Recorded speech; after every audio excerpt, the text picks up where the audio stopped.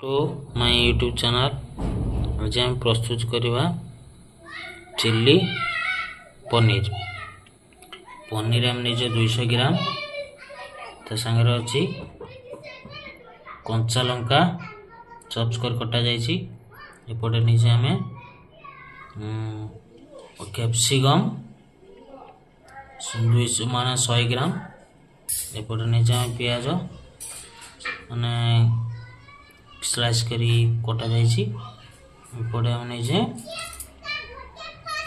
रसुण chops कर कटा जाइए। एपटे अदा चॉप्स कर कटा जाइए। एपटे हम निजे धनिया पत्र पुदीना पत्र चॉप्स कर कटा जाइए गार्निशिंग पाई। कड़ा हमर गरम हो तेल भी गरम हो बर्तमान पनीर पकेवा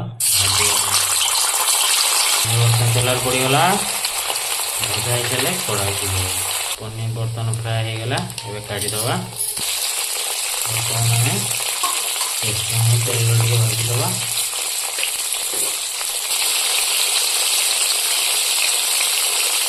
बेसन फ्राए होगला काटिदे प्रोसेस स्टार्ट करवा। कैप्सिकम होगला बर्तमान फ्राए होगला काटिदे। तो नेक्स्ट प्रोसेस पियाज बर्तमान फ्राए हो तेल बर्तमान पियाज से फ्राए होगला पुणी नेक्स्ट प्रोसेस स्टार्ट करवा। बर्तमान आमर नेक्स्ट स्टेप स्टार्ट होगला। तेल गरम होगा बर्तमान आमर डालचीनी अलैच जीरा गोटा जीरा कंचा लंका चॉप्स कर रखा पहला सागर रसुण पकड़ा कौन आसीगला रसुण बर्तमान चॉप्स कर कटा होता रसुण अदा बर्तमान पड़गला। टमाटा दे ना टमाटा आड कले आप स्टाइल ऐड कर टमाटा देते ग्रेवी टे भल हम लुण हलदी गुंड लंका जीरा पाउडर धनिया पाउडर गोटे एक नहीं एक पकईदे। मसला रेडी होगा पानी टे देदेवा ना कड़ार लगे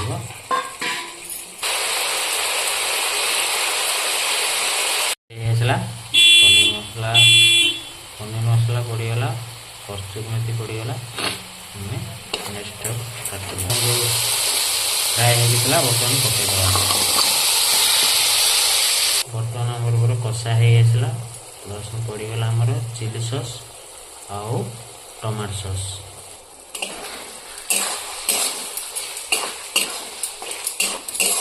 पनीर चिल्लीटा लुक तो मस्त लगुच। आम सब आज सेमी ग्रेवी बनवा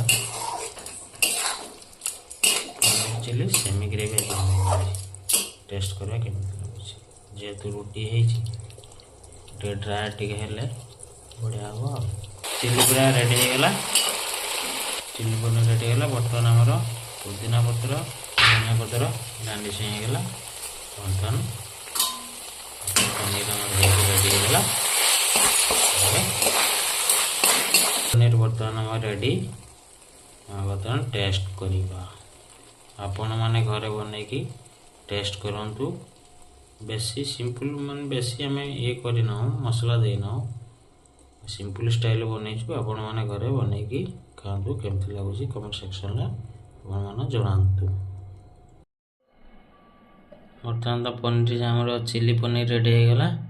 चिल्ली पनीर बर्तमान रेडी हो सांगे आम रोटी तावा रोटी चिल्ली पनीर सांगे कंचा लंका गोटे नहींचु। आम बर्तमान टेस्ट करवा केमती है।